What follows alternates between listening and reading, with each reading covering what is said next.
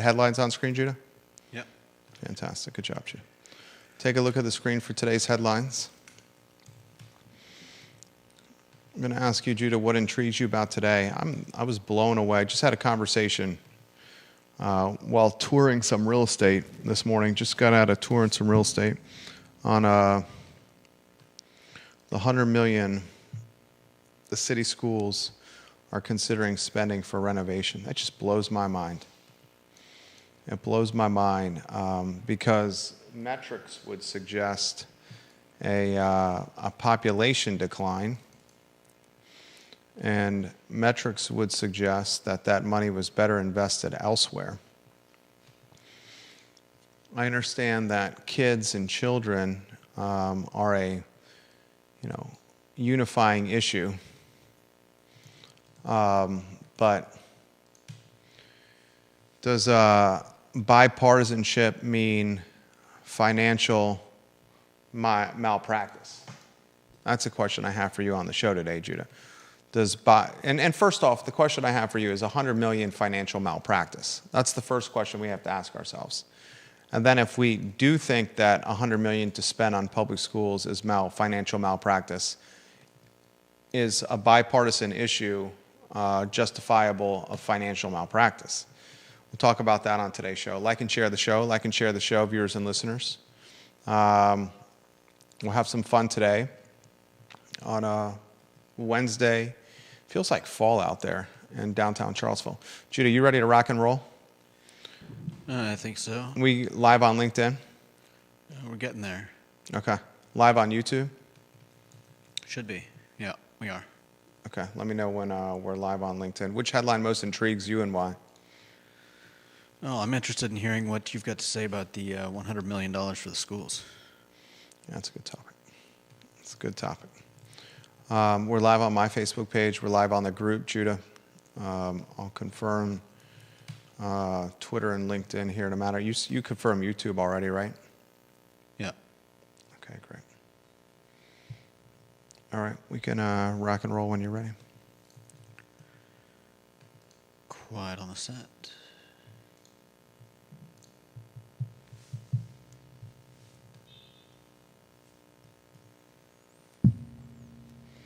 Guys, welcome to the I Love CVille show. My name is Jerry Miller. Thank you kindly for joining us on a Wednesday afternoon in downtown Charlottesville. Just enjoyed a tour of some downtown real estate this morning. See upside and potential everywhere still in this town we call Charlottesville. And I do believe that the community is starting to rally around a need to clean up downtown Charlottesville. I've been very comfortable on the Hill that offering a hand up to the houseless is important, but doing it in a way that prioritizes the cleanup of the downtown mall. That's a topic that is gaining momentum in this community. Not live on LinkedIn. I know, I'm working on it. Giving you a heads up there, getting messages on that. A lot I want to cover. Logan Wells-Clayla, welcome to the broadcast. Why are homes not selling as fast in Central Virginia? The prices continue to rise. The Charlottesville Area Association of Realtors second quarter report was just released. We talked about it some on Real Talk with Keith Smith. The median sales price in the region, $485,000, an increase of $25,000 over the same time, Q2 in 2024. But you're seeing homes stay stagnant on the market longer and just not moving as quickly. Why is that, ladies and gentlemen? Can we attribute it to the interest rates? I mean, I'm not sure that's a fair answer, because the rate structure was the same last year as it is now. So rates really, the delta, the movement on rates have really not been that significant. So I'm going to ask you, the viewer and listener, and Logan, this is very much up your alley. Why is inventory just not moving as quickly locally in Charlottesville, Albemarle, and across the Charlottesville Area Association of Realtors footprint? Prices continue to climb, inventory staying stagnant longer. We'll talk about that on the show. I also want to offer more analysis on the $100 million that Charlottesville is considering allocating to renovating Charlottesville public schools. $100 million is a sizable amount of money. I did compare and contrast it to the Charlottesville yearly budget as one benchmark. Now, it's not an apples to apples comparison. The fiscal year budget for Charlottesville is $265 million, $265,200,000 to be exact. The $100 million that council and City Hall is considering for renovating public schools is not an apples to apples comparison, because it's not just going to be a check of $100 million allocated to the public school system for renovation. That would be absolute financial malpractice. This would be done, in stages and over time.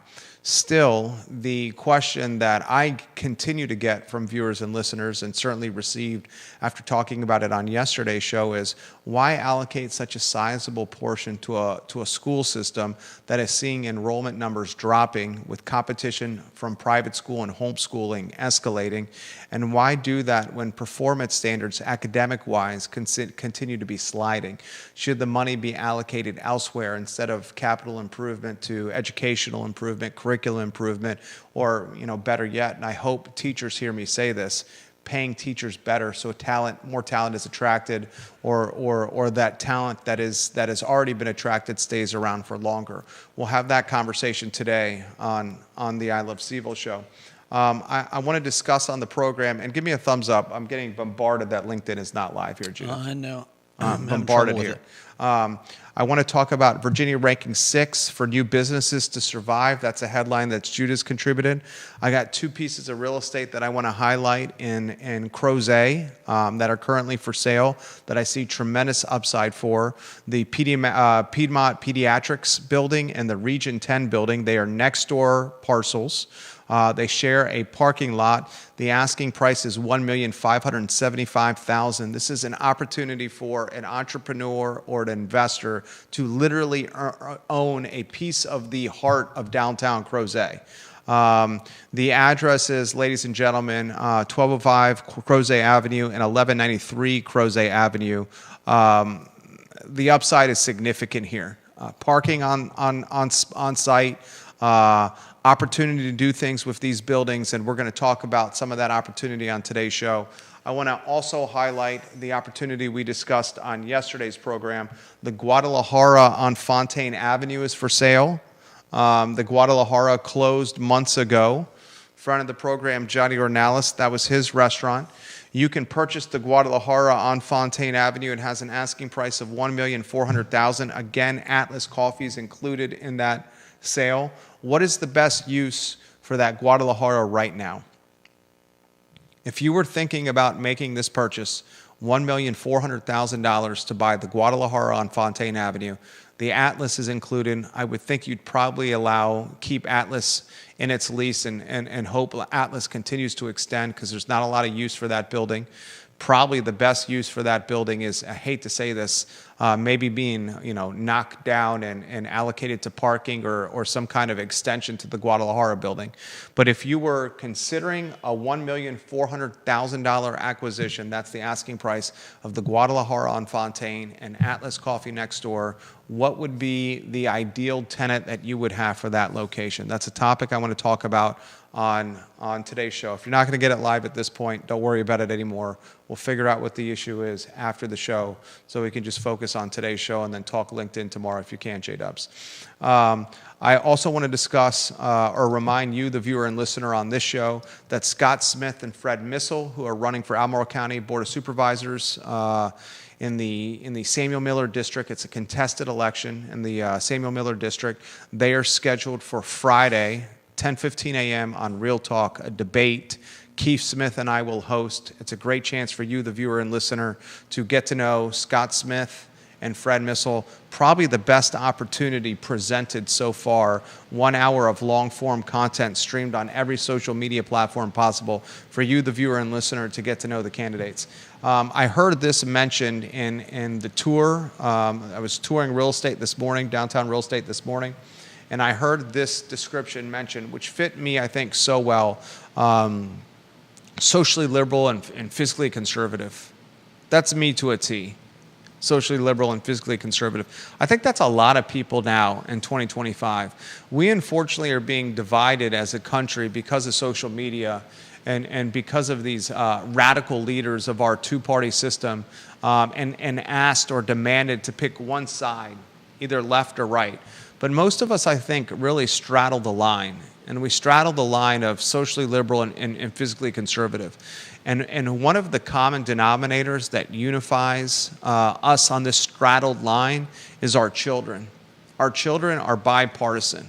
We are unified on this straddled line because we want our kids, which in a lot of ways are our hearts walking outside of our body, to have better lives than we did as kids or as parents. And I think that's what's leading the charge here with Charlottesville Public Schools. And Judah, I'm going to weave you in here in 10 seconds, looking for your commentary. With Charlottesville Public Schools, with this $100 million spend to renovate buildings within this public school system in the city, it's a bipartisan issue. It's an issue that is thought about and welcomed and considered by all parties. But does what's best for our kids justify financial malpractice? That's a tough question to have.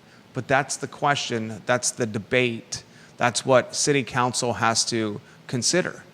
And from my standpoint, $100 million for a school system that is performing poorly from an SOL standpoint, $100 million from a school system that in recent months and years past has performed poorly from a safety standpoint, so much so that school resource officers are back in the hallways and metal detectors are now present at the front of schools and at athletic events. Perhaps there's other priorities than natural light. Perhaps there's other priorities than breezeways and building structure, and more focus should be placed on the X's and O's of learning. I want to talk about that on today's show. I want to highlight Sir Speedy of Central Virginia. Conan Owen is the owner of Sir Speedy of Central Virginia. It's locally owned and operated. He's a Darden School graduate, Conan Owen, the owner of Sir Speedy of Central Virginia. If you have a logo and you want to scale the visibility of that logo with signage, with window decals, with stickers, with direct mail, with pamphlets, with folders, with trifolds, the step and repeat banner behind me is from Sir Speedy of Central Virginia. That's who you contact, ladies and gentlemen. Conan Owen and Sir Speedy of Central Virginia.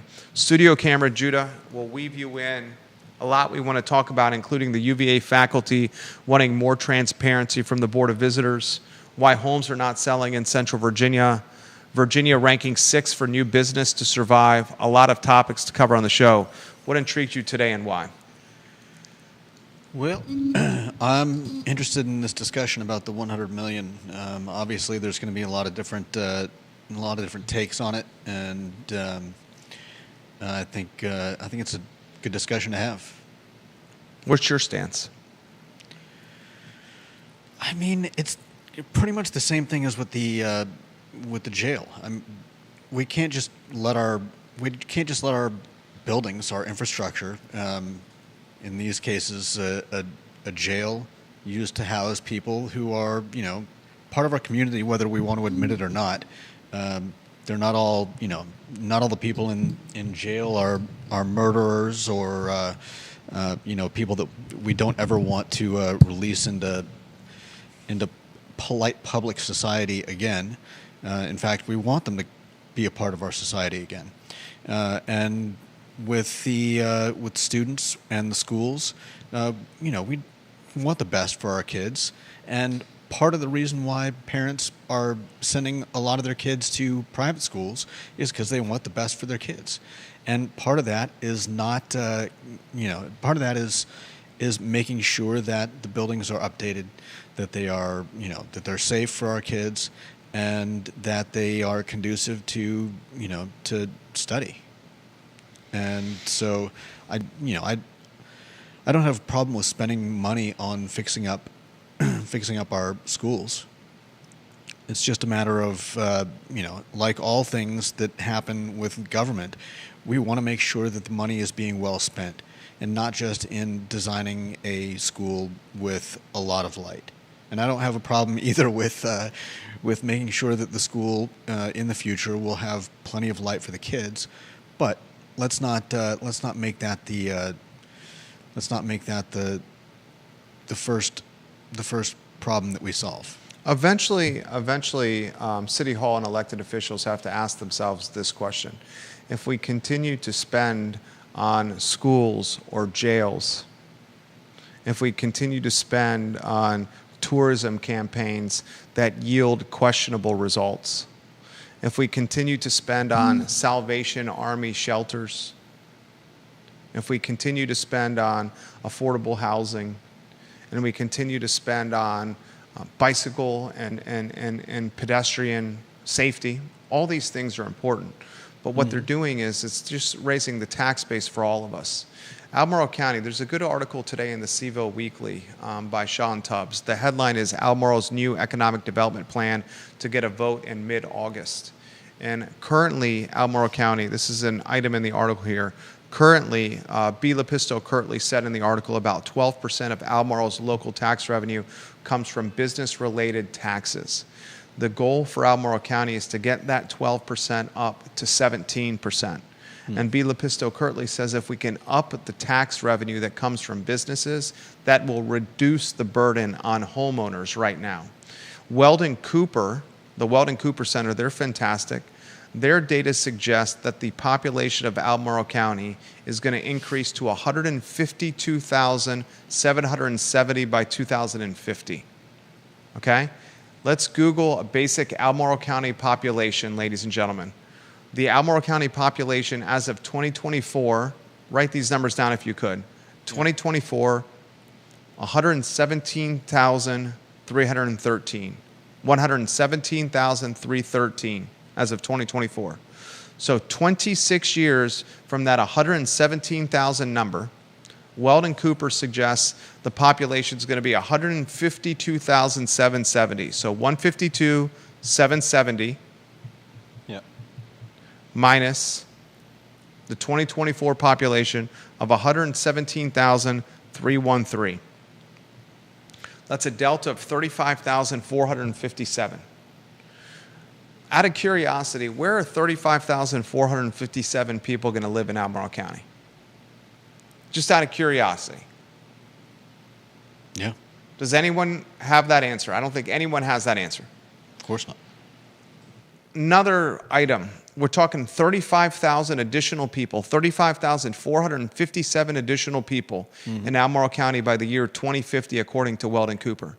The same Weldon Cooper suggests that public school population is going to decrease over that same period of time. Wow. So think about this. You're going to see a 35,000 plus increase in population in Albemarle County over the next 26 years, while the population of the school system of Albemarle County is going to decrease. That suggests the following. Folks moving to the area are going to prioritize private schools more. The folks currently living in the area are going to prioritize private school more. The folks moving to the area are empty nesters that can afford Albemarle County because they're selling a home elsewhere and then using those net proceeds to buy a home here. Yeah. But the data suggests that an increase of 35,000 people while public school enrollment drops. That has to be something that's considered with how you're going to spend taxpayer money. Is that just not good finance? If you're Charlottesville and you have a yearly budget, the city of Charlottesville, and your yearly budget is $265,200,000 with fiscal year 2026, which is July 1, 2025 to June 30, 2026. That's the fiscal year. And your budget's $265 million plus. Do you not consider with your limited resources with your budget trends like drop in enrollment? Do you not consider with your budget perhaps the money's best spent elsewhere? And I want to open up that to discussion for the viewers and listeners. William McChesney, welcome to the broadcast. Print, radio, television, again watching the show. And we appreciate our friends at Print, Radio, and Television watching the program. You jump in. I got comments already coming in from the viewers and listeners. So we've got to spend some amount of money anyways, right? We can't just leave these schools to rot and deteriorate. Does the number of students in the school matter in terms of what happens to the school? Do you spend less just because there aren't going to be as many students? This comes from Southwestern Virginia and Travis Hackworth, his photo on screen. Travis has done a great job contributing to the broadcast of late. I would say, Travis, your ideology, socially liberal and fiscally conservative? Is that you, Travis Hackworth? He says, the better question would be, if your data suggests a declining population, would it not be better to combine schools where possible in a new facility versus rehabbing old problems that will just be older problems down the road? How much of that is being considered? It's a great comment from Travis Hackworth.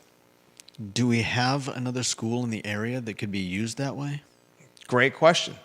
Should the money be spent instead on building a new facility where you can have some kind of combined synergy like that? But then what do you do with the old school? Great question. If you don't need the old schools, could you sell the real estate for development, for housing affordability, because they're owned by the city? Could you work with the developer in a private-public partnership in some capacity? Would that cost more to build a completely new facility rather than rehab the old one? Remodeling costs oftentimes more expensive than new construction. Because with remodeling, you don't know what's behind the wall. Once you start taking, anyone that's done a home remodeling project at their house, that's just a microcosm, a small microcosm, but a microcosm. You start taking drywall down, or you start moving walls, doing stuff to flooring, moving kitchen islands, cabinetry work, stuff like that. Next thing you know, you see something behind the wall. Next thing you have to move an outlet. Next thing you have to move, put a beam up. Next thing you know, you don't have the flooring in place that's correct. You got to fix wiring that was improperly done. Right. A lot of times the remodeling more expensive per square foot than the new construction itself. Travis Hackworth, old schools here have become affordable housing in Danville for the elderly and limited income and workforce housing in Danville. Could that be a possibility in Charlottesville? It's a great question. Nice. It's a great question. Deep Throat, number one in the family. His photo's on screen. Another point of comparison, Deep Throat says, is the database of Virginia school construction projects. The latest vintage of projects shows that for a complete new build of elementary schools, the cost per pupil sits around $50,000. That's a great data point from Deep Throat. The latest vintage of projects shows that for a complete new build of elementary schools, the cost per pupil sits around $50,000. With CVille City Schools, $100 million spread over the student population, excluding middle school, which is a separate project, is about $35,000 per student just for renovation. That seems extremely costly. Deep Throat's words. Jim Hingley, I'm going to get to your comment here in a matter of moments. Deep Throat also says, where will 35,000 people live in Albemarle County? Well, they could live in the 11,000 units of approved and unbuilt housing that the development dashboard shows to start. He also says, I think if the lower school enrollment is more about population growth coming in, older age groups than a move to private schools, although that's a factor too. The influx of people are empty nesters and wealthy. Yeah. Empty nesters don't have the kids. And the wealthy may consider the private school. Yeah. Let's go to Jim Hingley. Love when he watches the program and offers commentary. He says, 100 million capital budget for school improvements. Let's see if voters would agree to a 1% local sales tax increase for school construction renovation. Governor Youngkin refuses to give Charlottesville a choice. Spanberger might let voters decide. I will say this, and Mr. Hingley knows this as well as I do. If Charlottesville, is that a referendum, Jim? a general vote by the electorate on a single political question that has been referred to them for a direct decision. If Charlottesville has an opportunity to vote a referendum on a 1% local sales tax increase with the entire 1% allocated to capital improvement for schools, I will tell you this community, the city of Charlottesville, and I will bet you 5 bottles of top shelf whiskey against your 1 bottle of top shelf whiskey, that 1% vote will overwhelmingly pass with voters in Charlottesville. Because kids are bipartisan. Yeah. Thank you, Jim. Yes, a referendum, he says. But Youngkin not allowing that to happen. I'm going to ask the question again for the viewers and listeners. This bipartisan issue, kids, children, and I can't think of a more significant bipartisan issue that unifies both sides than children. The only other bipartisan issue that I can think of that may drive more engagement than kids and children, what do you think I'm going to say? Human safety. Okay. Being safe in the community. Gun violence, killing, violence. Probably the one item, the one trend, the one storyline, the one talking point that is more unifying than children and bettering the world for kids is violence, because kids are also included in that. If a referendum is a reality, and maybe Spanberger does make it a reality, and the 1% sales tax increase is considered, voted upon, it will overwhelmingly pass. Yeah. Overwhelmingly pass. Then in that scenario, that's not financial malpractice, because you have an incremental source of revenue to fund those capital improvement efforts. Will there be this talk if a referendum materializes? Good God, you're going to add another tax to us as small businesses when our customers are not coming in with the same volume to support our locally owned and operated businesses? Every restaurant owner in the community, every small business owner in the community, every retail owner in the community will reach out to me and say, do you realize that the meals tax, all the taxes when you go eat at a restaurant is like 12.6%? Yeah. And then the expectation is a 20% tip on top of that? I went out to a business, I'm not going to say which one, this morning, and I had the best bacon, egg, and cheese croissant I've had in a very long while. It was early morning. I enjoyed it for breakfast. It was I'll give a description. It was a market that was in Albemarle County. It's not Bel Air or a Tiger Fuel market, but a locally owned and operated one-unit owner market that happened to have a deli in the back with a flat top for cooking. And they cooked the eggs the right way. It was not microwaved eggs. It was a fried egg on a cooktop. It was beautiful. They packed a ton of bacon in it. The croissant was flaky and fresh, American cheese. It was a big croissant served to me piping hot in tinfoil, which I enjoyed outside on some seating under a covered veranda. The croissant was $6.91. And then I was prompted to tip 20 or 25% at the register. I chose, because there was no service, table service in any capacity, not to tip. I paid the $6.91, and the person who rang me up bristled. Bristled. Was the expectation for me to tip $2 on that? To take it to $8.91 or $9? Was that the expectation? My point is this: if we continue to layer the receipt or the bill with additional taxes not tied to the tangible return we're getting for our money, the tip, the 12% becomes 13.6%, then the volume of customers will diminish to these small businesses. That will be the narrative for the 1% referendum. But that referendum will pass. And if you get the 1% referendum for capital improvement project for the schools, then go for it if you're city council and your city hall. Go for it. But in its current state, we, the taxpayers, are screaming and saying we're feeling overtaxed. Look around Charlottesville.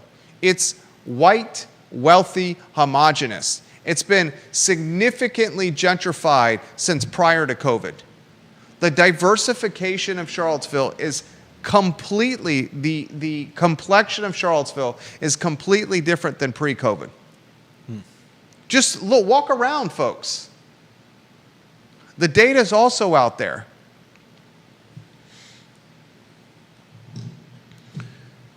William McChesney, I don't see Charlottesville governance allowing a referendum. Someone tell me of a referendum since revenue sharing in the city of Charlottesville. So William McChesney is asking Jim Hinchley a question.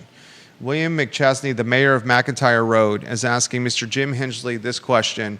I don't see Charlottesville governance allowing a referendum. Someone tell me of a referendum since revenue sharing in the city of Charlottesville, Mr. Hinchley. That's from Bill McChesney.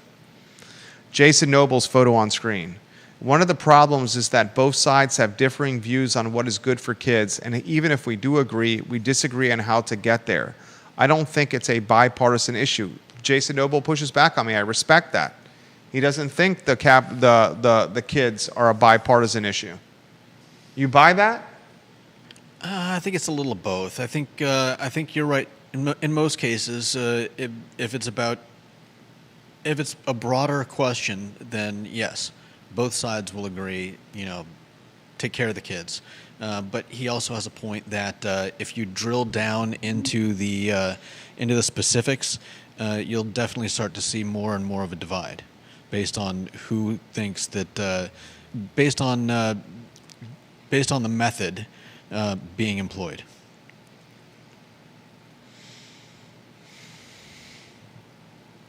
I think you're going to find a lot of people leaning to the left will be, they'll be fine with another tax, at least on paper, whereas a lot of people that lean to the right will say,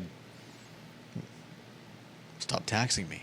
What's intriguing with the addition of Jen Fleischer to council and the removal of Brian Pinkston from council in January, the council dynamic, at least from my standpoint, becomes more tax-friendly, more pro-tax.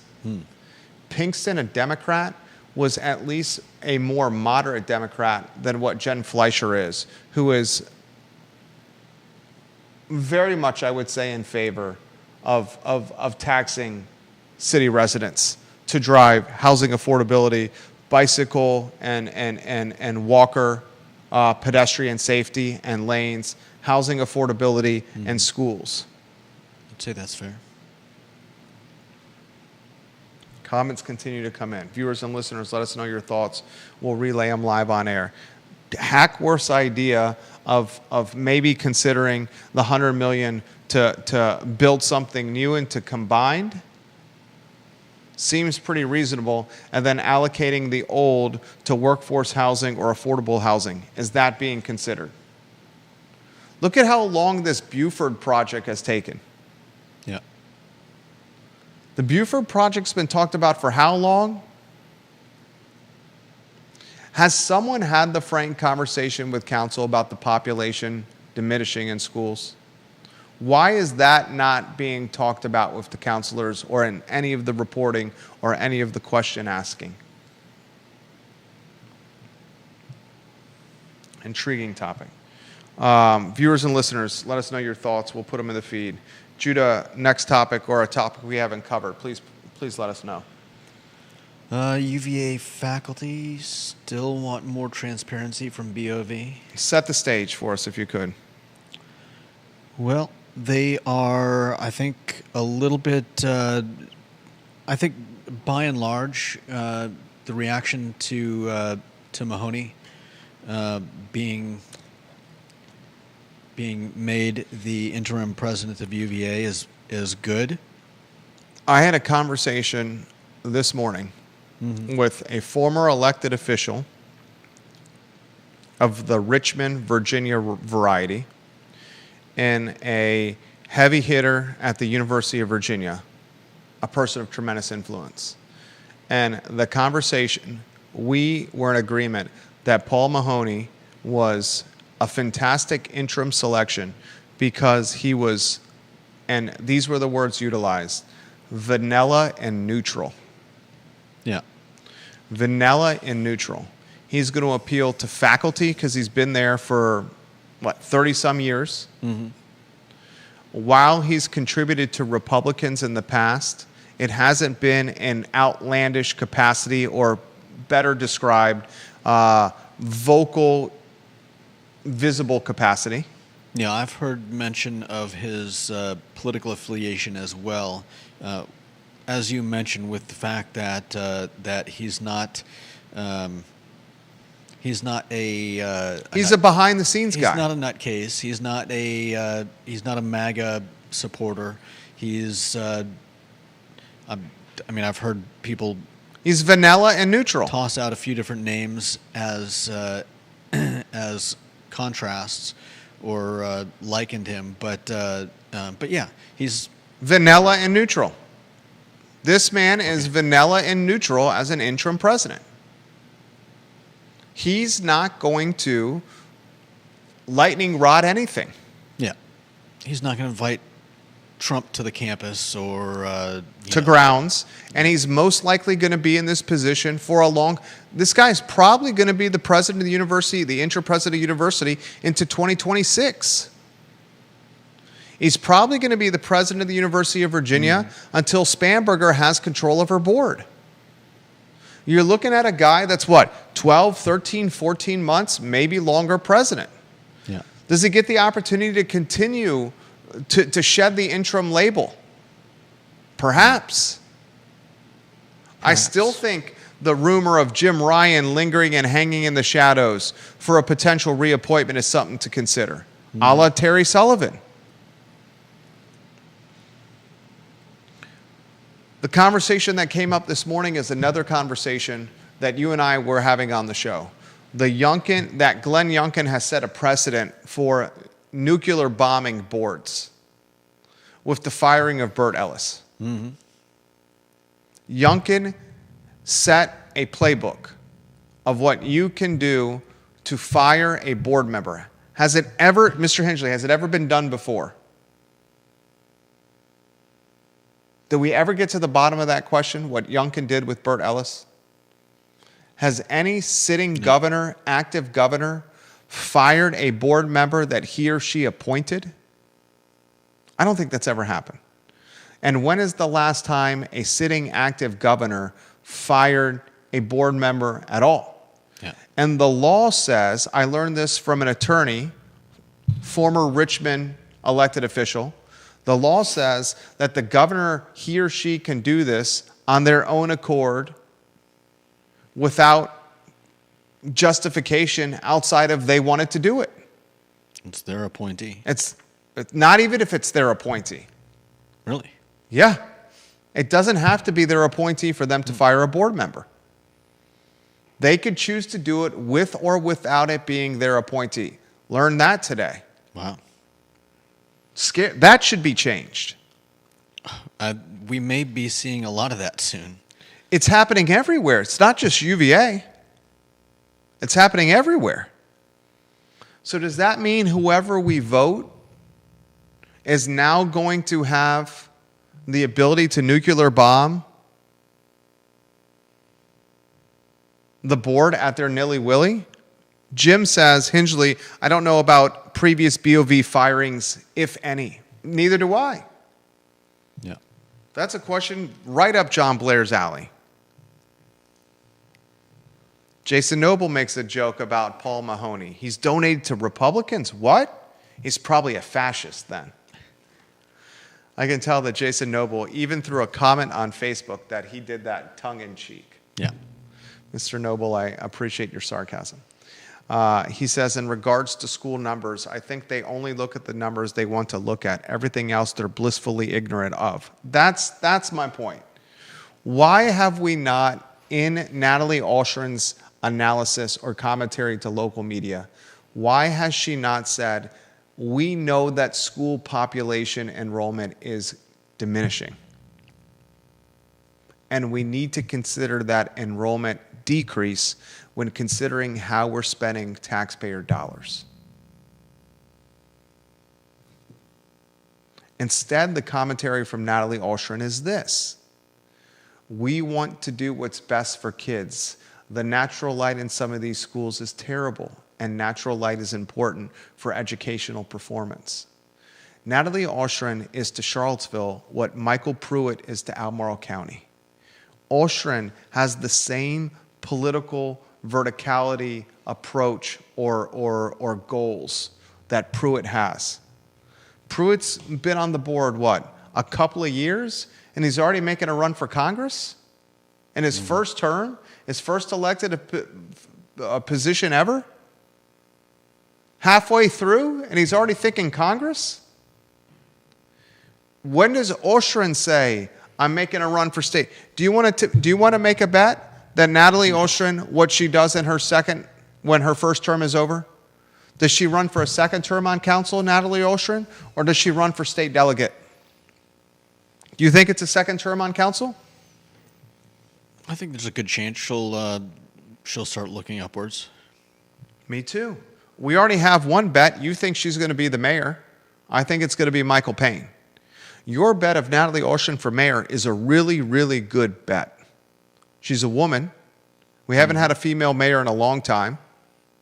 She has verticality goals in politics, climbing the totem pole, and having mayor on the resume is a nice check mark.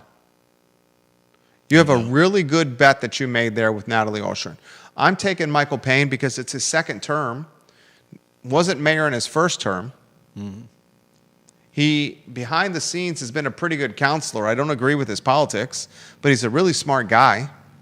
He's not in the headlines for any of the wrong reasons, not doing stupid stuff.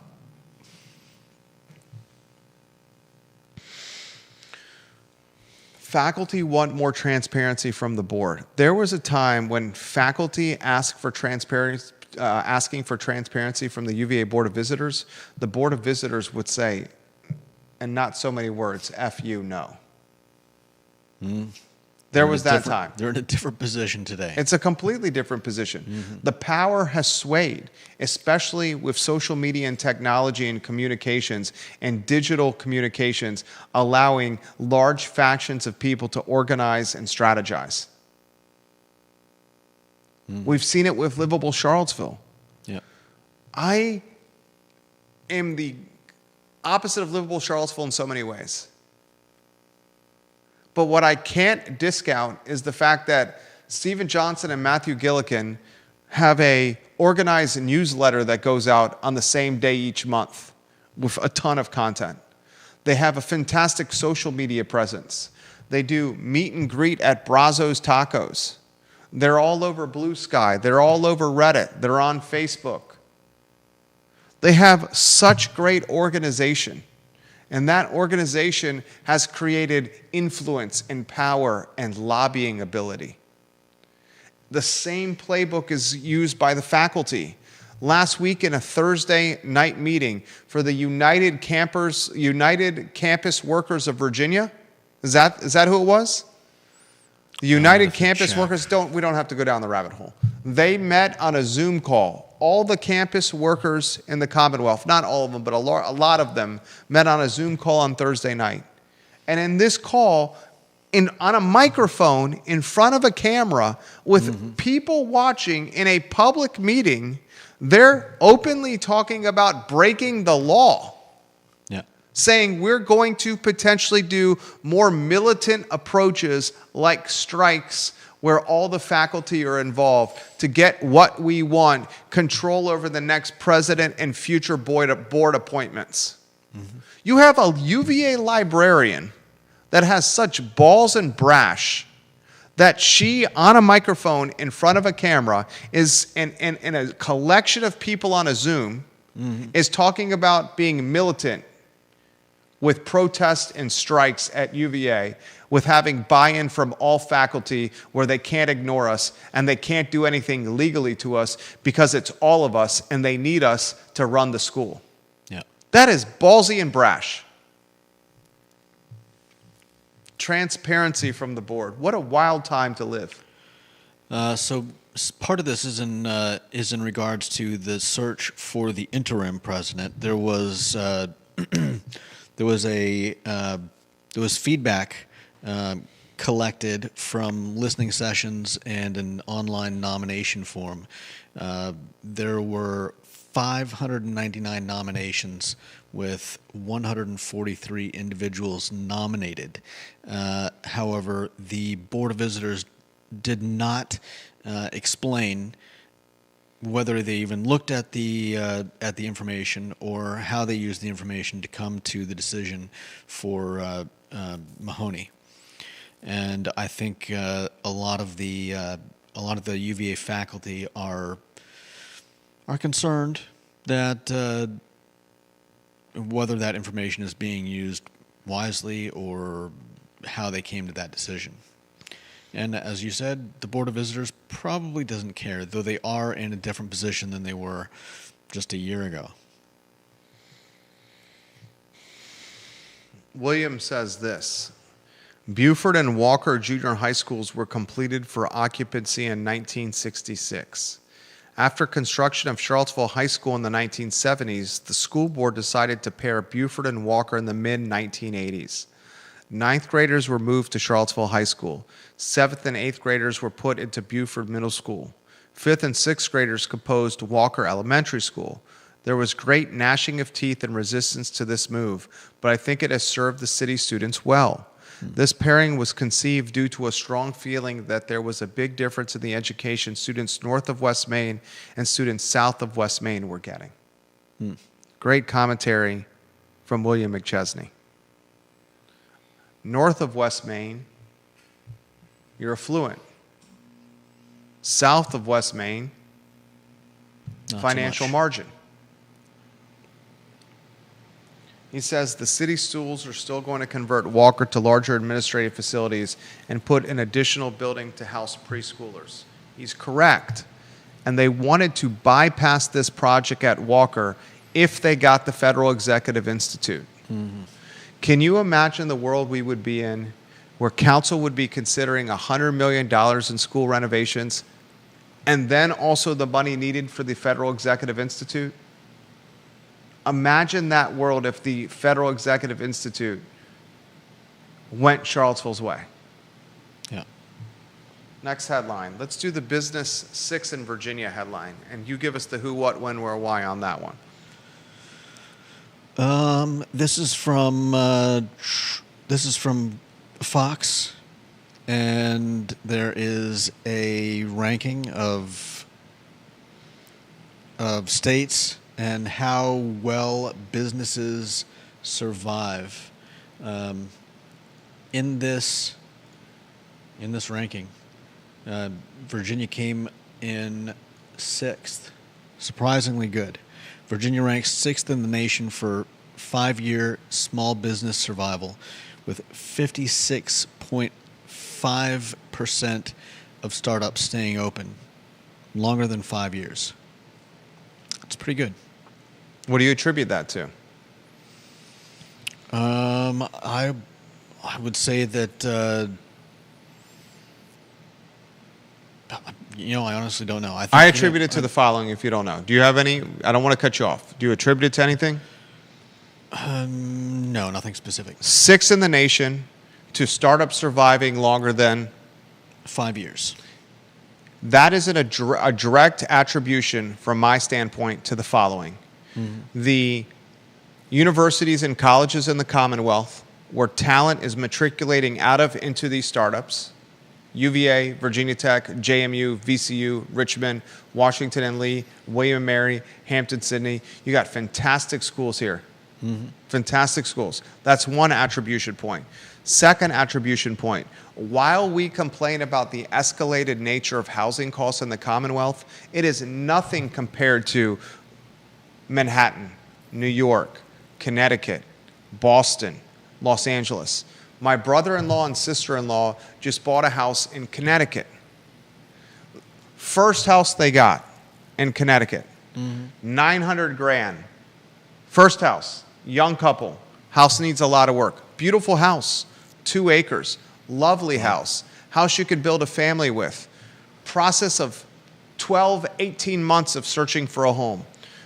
losing offer after offer. Got a fantastic house. Extremely happy for them. Excited for them to build their family there. It's a beautiful house. You're talking 900 grand entry point. And my sister-in-law has a 45-minute commute to her employer in Stamford for where they bought the house. Beautiful house. My brother lives in Los Angeles. This guy's a seasoned and savvy and successful advertising executive. Worked for a number of businesses, including publicly traded, now working for a company that is probably thinking IPO in the near future. Guy makes bank, heavy money, serious money. Lives in Culver City, Los Angeles. Beautiful house, new construction, pool in the backyard. $2 million plus home. Got 8 to 10 hobos living in tents outside his house on the road, and the city of Los Angeles does nothing about it. Play in the backyard, kids, not the front. It's expensive to live in Virginia. Charlottesville's the second most expensive market in the Commonwealth. Still, Virginia, in the grand scheme of things, somewhat affordable with its housing. Those are two attribution points there. Another attribution point, the seasons. People want to move here. You have 4 different weather patterns. You have quality of life. You have proximity to big city. You have feel for country. With this internet service provider and this remote hybrid work, your ability to work elsewhere, quality of life is important. 6th in the nation for startups surviving longer than 5 years. Commonwealth of Virginia. That's pretty damn good. Really good. These are things that Youngkin should be touting. Youngkin's tenure in office is going to be remembered, unfortunately, for the debacle at UVA. Unfortunately, it's going to be remembered for DEI collateral damage, the collateral damage tied to John Reed. Yeah. And it's not going to be remembered for the success he's had as a governor with leading the Commonwealth from a business visionary standpoint. What are we going to grade Youngkin now that his time is up? How do you grade him? How do I grade him? Oh, man. You don't think much of the guy. I don't think much of him. I mean, I think he's done a decent job for the most part, but I feel like he's made some serious missteps. I personally don't like the hypocrisy of executive orders. Each side gets mad and points fingers when the other side does it, and then they get someone in office, and they do the exact same thing. So I'm really down on him for that. But then there's the issue with the schools, with UVA and the protesters sending state troopers in, and there's the issue with firing his own. Bert Ellis, never been done that we can think of. And then trying to replace him with someone even more right-winged, radical. I was just going to say, what's the word? More polarizing, and failing in it. Not only that, but the 7 other people that he appointed at other schools, all getting knocked down. I can't imagine that they were. I can't imagine. I hope it wasn't just that the Democrats wanted to screw him over, because that itself sets a very bad precedent. But if his choices were subpar and the Democrats called him on it, I mean, either way, it's not a good look. Not a good look. And now he's got a few months left. August, September, October, November, December. Less than 5 months left. What are we going to hear? What are we going to hear from the governor's office in the next 5 months? I don't know. There you go. Next headline. What do you got? Let's see.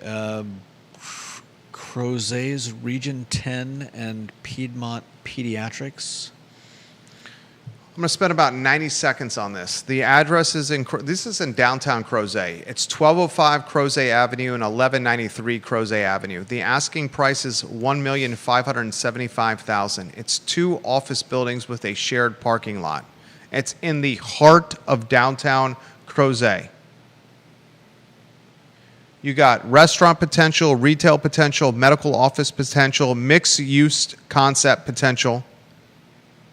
You got the Blue Ridge as your backdrop, 2 electric meters allowing for multiple tenants, and adjacent with a shared parking agreement amongst both buildings. 2 office properties at $1,575,000 in downtown Crozet. Do they need work? Yes. Are their current footprints the future? No. Can you utilize the current footprints as you figure out what the future is for these 2 offices? Yes. Can you generate revenue as you navigate the red tape and difficulty of Albemarle County planning and development? Yes.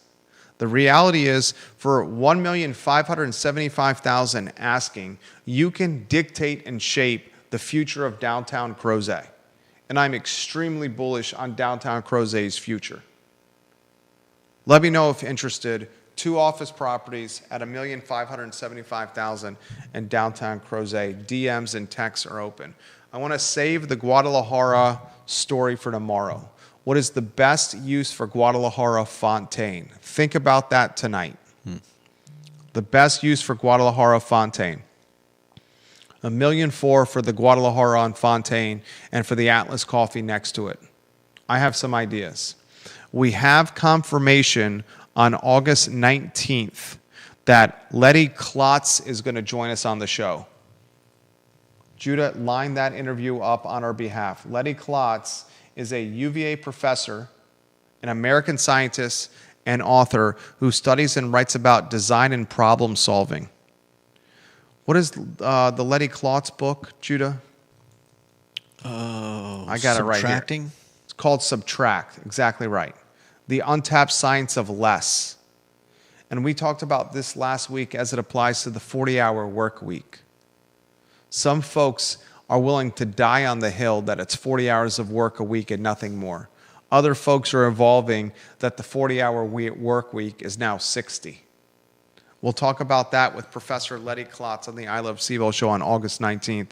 And we remind you, the viewer and listener, that on Friday at 10:15, Scott Smith and Fred Missel, Albemarle County contested election, Board of Supervisors, Samuel Miller District, are in our studio.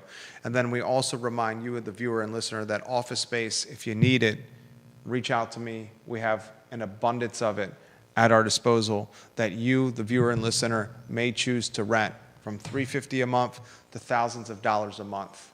Bells and whistles to Spartan.